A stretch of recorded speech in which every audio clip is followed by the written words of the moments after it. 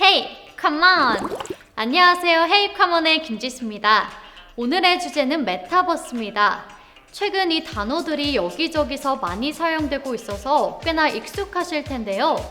메타버스라는 단어는 제가 첫 번째 영상에서 간단하게 언급드렸는데 오늘 보다 자세하게 알아보도록 할게요. 메타버스란 초월하다, 즉 넘다라는 뜻의 메타와 세계라는 뜻의 유니버스가 합쳐진 말인데요. 말 그대로 현실 세계와 가상 세계가 서로 융합하여 넘나드는 초월 세계를 의미합니다. 사실 이 메타버스라는 단어도 세상에 등장한 지는 꽤 됐습니다. 최근에 갑자기 주목을 받게 된 결정적인 계기는 바로 글로벌 탑 그래픽, 반도체 및 인공지능 기업 엔비디아의 CEO인 젠슨 황이 지난해 GTC라는 연례 컨퍼런스의 기조 연설에서 메타버스의 시대가 온다라고 언급하면서부터입니다. 이것을 근거로 많은 전문가들이 이제 인터넷이나 SNS 시대가 가고 메타버스의 시대가 본격적으로 시작될 것이다 라고까지 이야기하고 있는데요.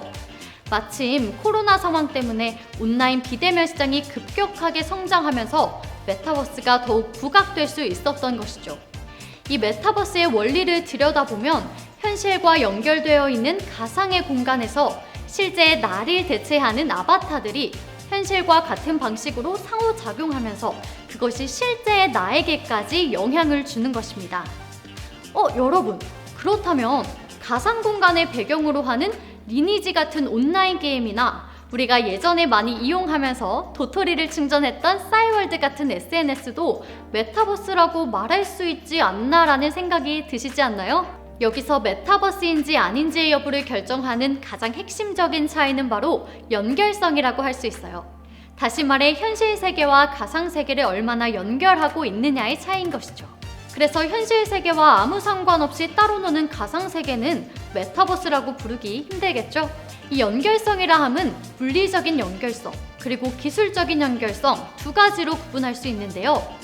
물리적인 연결성이라 함은 메타버스의 이용자들이 시공간의 제약 없이 현실 세계와 가상 세계를 마음대로 넘나들고 한쪽 세계에서 일어난 일들은 끊어짐 없이 실시간으로 다른 쪽 세계에도 연결되어 지속적으로 진행될 수 있어야 한다는 말입니다. 그래서 기존의 온라인 게임이나 싸이월드는 온라인 환경이라든지 아바타의 활용 같은 요소들을 보면 어떤 의미로는 큰 범주의 메타버스에 포함될 수도 있지만 엄밀히 말하면 진정한 메타버스라고 볼 수는 없는 거죠.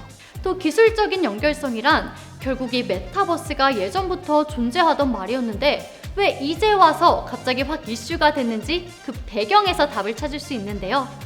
그건 바로 지난 영상에서 설명드린 바와 같이 인공지능, 5G, XR과 같은 4차 산업혁명 시대에 디지털 트랜스포메이션 관련 기술들이 등장하면서부터 비로소 이 메타버스가 주목받을 수 있었습니다.